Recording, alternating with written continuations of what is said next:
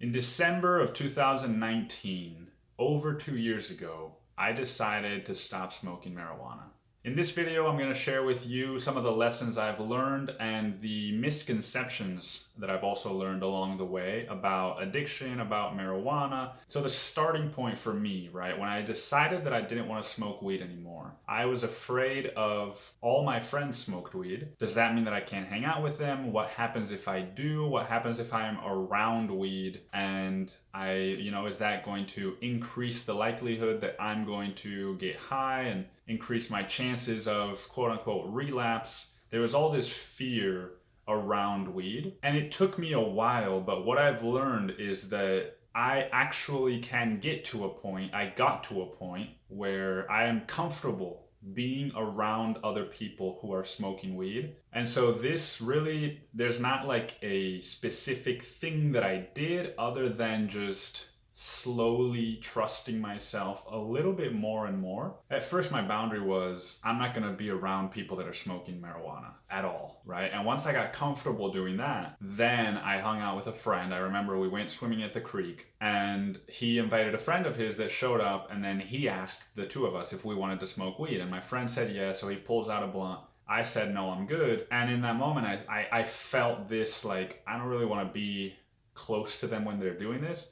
And so I just separated a little bit, swam away a little bit, and it was fine, right? And it was uncomfortable at first, but I could do it, right? Even though I wasn't enjoying it, I learned that I could do it. And then after a while, what happened was that I learned to enjoy being sober so much.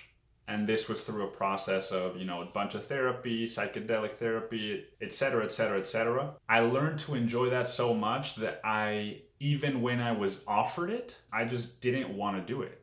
And so it wasn't am I going to be able to say no? It was I don't want to say yes. And so the takeaway here was just that I don't have to be afraid of a substance that I'm trying not to use or not to engage with. Now, obviously, it does make it easier if I just don't put myself in those scenarios or in those situations. But if there is somebody, that I love very much and that I still want around in my life, and they just happen to be using this substance, for some people that might be coffee, just because mine was marijuana. For some people that might be something else that's a lot more socially accepted. And there was for me, again, there was this fear of but I don't want to end these friendships. And so this just helped me kind of put things in perspective of oh, I don't have to. I am the one that's responsible for myself.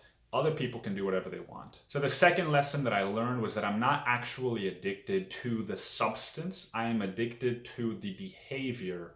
And the behavior in my case was escape, which can even be boiled down a little bit deeper, and that is control. So many times I would be just miserable about where I was in life and the job I had, and the job would drain me, and I would get home. And instead of fixing the situation that was draining me, which was this job, I felt I don't need to fix that, because as long as I can come home and get high, then I know I can escape those feelings of discomfort, or at least live under the perception that I can control how I feel. Because at the end of the day, smoking and getting high wasn't actually helping me not to feel discomfort. It was still discomfort. Getting high for me was very uncomfortable at times, but it was just helping me to escape that specific discomfort. There's a lot of talk around the addiction world, the addiction circles, about relapse, and even the word addiction itself. Now, I'm not a big labels person. I find that these labels in particular can box me in, right? All of a sudden, I'm an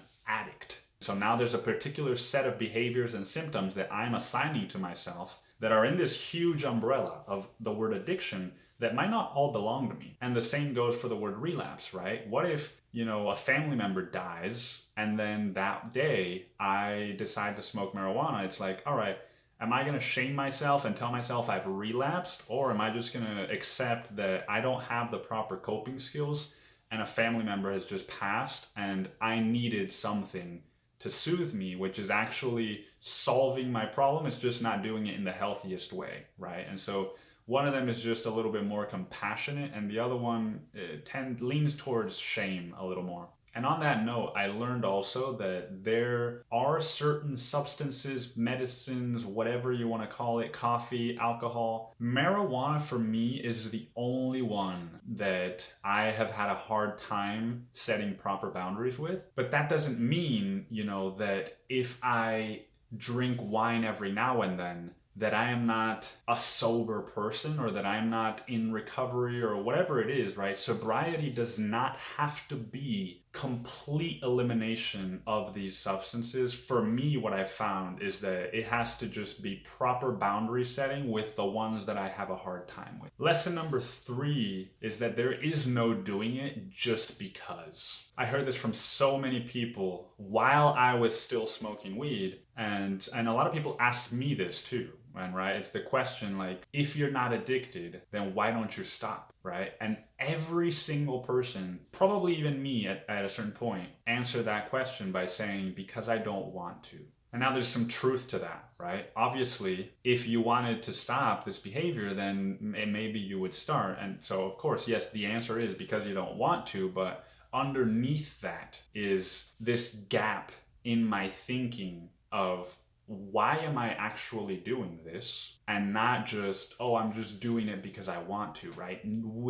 There is rarely anything I do just because I want to. The reality for me is that I'm doing it because it gives me something, right? There's so many things I could be doing. Why have I landed on this specific behavior, right? It's not just because. It's not just because I want to. It's because I want to feel whatever that substance or that behavior is helping me feel. It's because I want to meet the need that I haven't learned to meet in any other way that this behavior helps me meet. Which leads me to lesson number 4, and that is that the goal for me wasn't to never smoke weed again. The goal was to never need weed again, and to learn how to meet that need that weed was meeting in a different, healthier way. And this can look very different for everyone, right?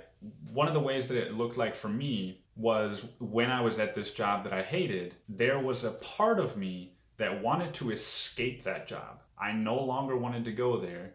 I wanted to figure out a way to that not be a part of my life anymore, but I was still too afraid to confront that truth and just make the decision to leave the job for whatever reason, right? Security, fear, money, etc., etc. And so marijuana was helping me to escape from that reality. And even deeper than that, if I take the same example actually, even deeper than what I just said is, it is hard for me to relax when I get home from my stressful job, and marijuana helps me feel relaxed, right? Sometimes. A lot of times it just made me feel paranoid and stressed out. But if I can learn to meet that need myself in a different way, then I won't really need marijuana anymore. Number 5, I don't believe there is any difference between one addiction and another. They are all the same, and just because my addiction is to marijuana and yours might be to coffee or TV, there is no difference, right? And I'm speaking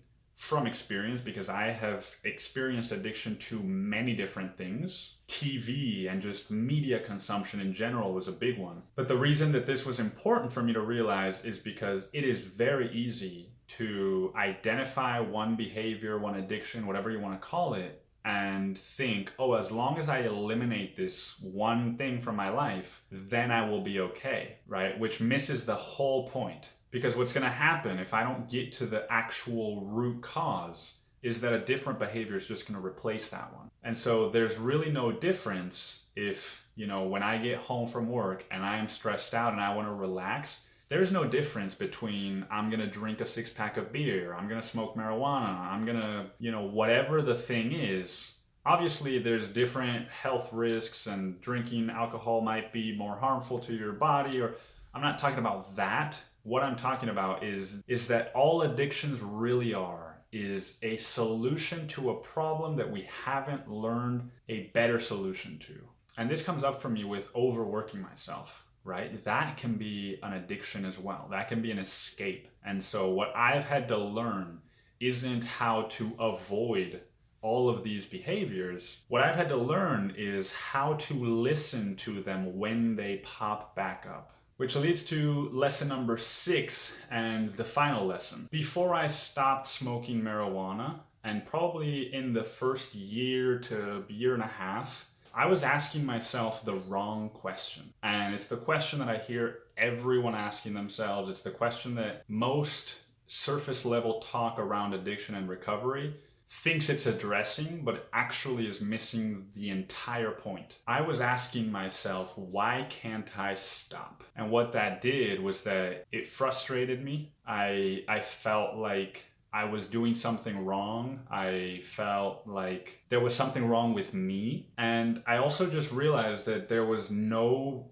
good answer to that question, right? Why can't I stop? There isn't actually an answer, because the answer is I fucking can. The real question is, why did I start? So once I asked myself, why did I start? It also puts me out of a victim mindset, and it puts me in the driver's seat. Right? This isn't something that happened to me. Yes, maybe when I was a kid, I didn't have the support, blah, blah, blah, blah, blah. That might all be true.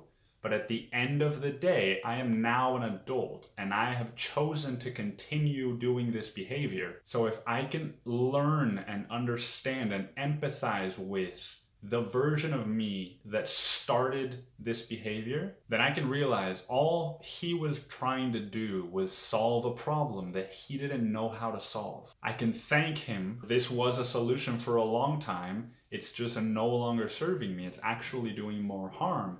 And then I can let that behavior go and realize that if I discovered this one solution to this problem, I can discover a new one. I can learn a new behavior. I wasn't born addicted to this thing. I became this through a series of events and choices that I made. And so through a series of events and new choices that I make, I can become a different person. So anyway, I hope this video helps or touches you in some way. Thanks for stopping by, and I will see you next time.